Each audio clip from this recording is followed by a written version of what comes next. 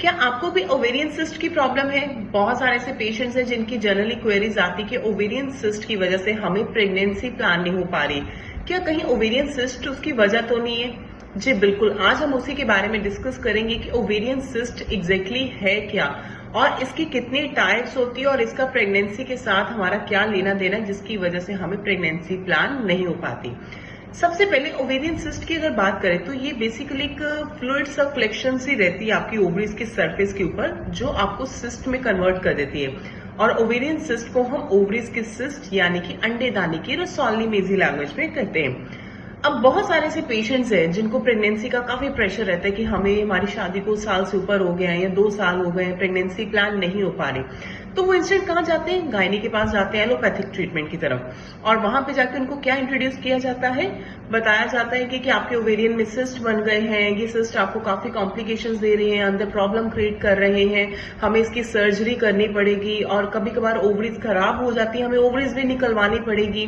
तो उस प्रेशराइज में आके पेशेंट प्रेगनेंसी को लेके ये सारे स्टेप्स को उठा लेते हैं और इसके बाद उनको ये कहा जाता है कि विद इन 2 to 3 मंथ्स के अंदर अंदर सर्जरी के बाद आप आईवीएफ प्लान कर लीजिए प्रेगनेंसी प्लान करने के लिए। रीजन, क्योंकि जो ओवेरियन सिस्ट जो रिमूव किए जाते हैं वो परमानेंटली रिमूव नहीं हुए, वो दोबारा से भी ओरिजिनेट हो जाते हैं। तो इसलिए उनको पहले कहा जाता है कि आप आईवीएफ स्टार्ट में करवा लो।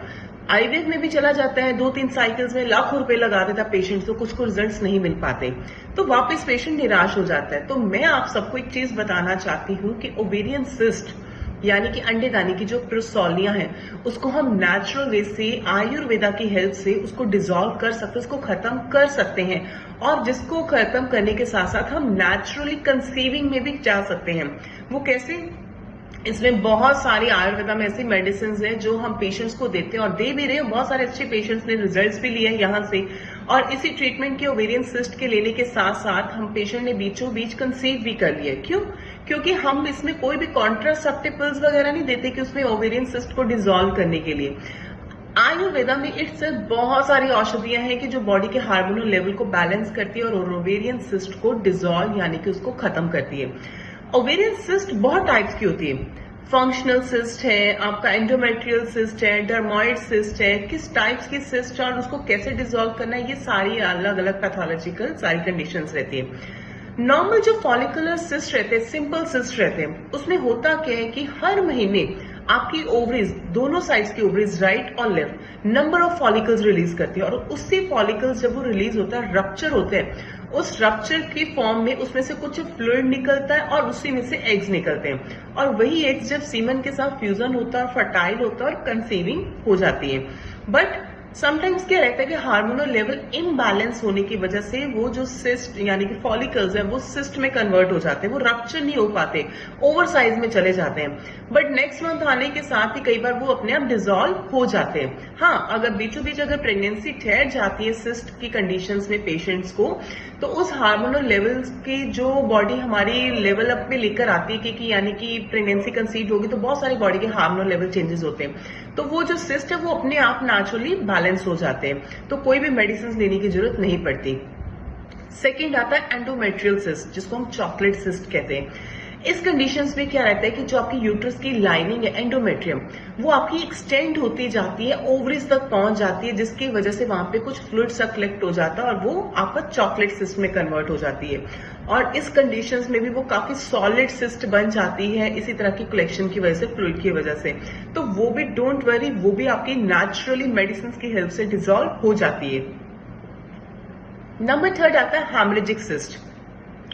हेमरेजिक सिस्ट बेसिकली बोलते हैं कि ब्लड की सिस्ट होती है, खून की रसौली। अब उसमें क्या रहता है कि जब आपका फॉलिकल रप्चर होता है उसमें फ्लूइड्स के साथ साथ कुछ ब्लड भी निकलता है और वही ब्लड जब आपका ज्यादा फॉर्म में बनना स्टार्ट हो जाता है तो वो वहां पे कलेक्शन उसकी होनी स्टार्ट हो जाती है।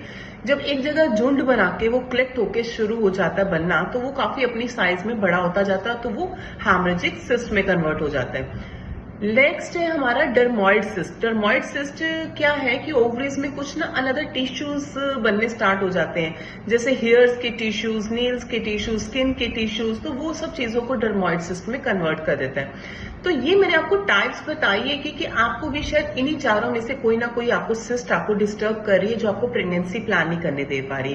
बट डोंट वरी, आयुर्वेदा में स्विच करें, नेचुरल वे से आप अपनी प्रेगनेंसी प्लान कर सकते हैं सिस्ट को डिसॉल्व करके।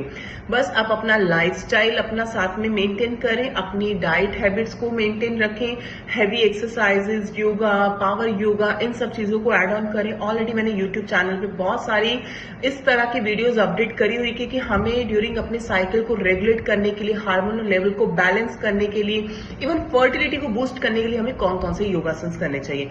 और डाइट की बात करें तो इसमें सिट्रस फ्रूट्स आप ज्यादा से ज्यादा लीजिए और एलिमेंट जरूर लो, क्योंकि उसमें रिच मैग्नीशियम सोर्स रहता है जो हमें इन सब चीजों को सिस्ट को डिसॉल्व करने में हेल्प करता है। सो अगर आपको भी प्रेगनेंसी प्लान करने में कोई कॉम्प्लिकेशंस आ रही है ड्यू टू सिस्ट, तो टाइम वेस्ट ना करें, आयुर्वेदा में स्विच करें और नेचुरली कंसीविंग में अपने आप को मूव ऑन करें। Thank you.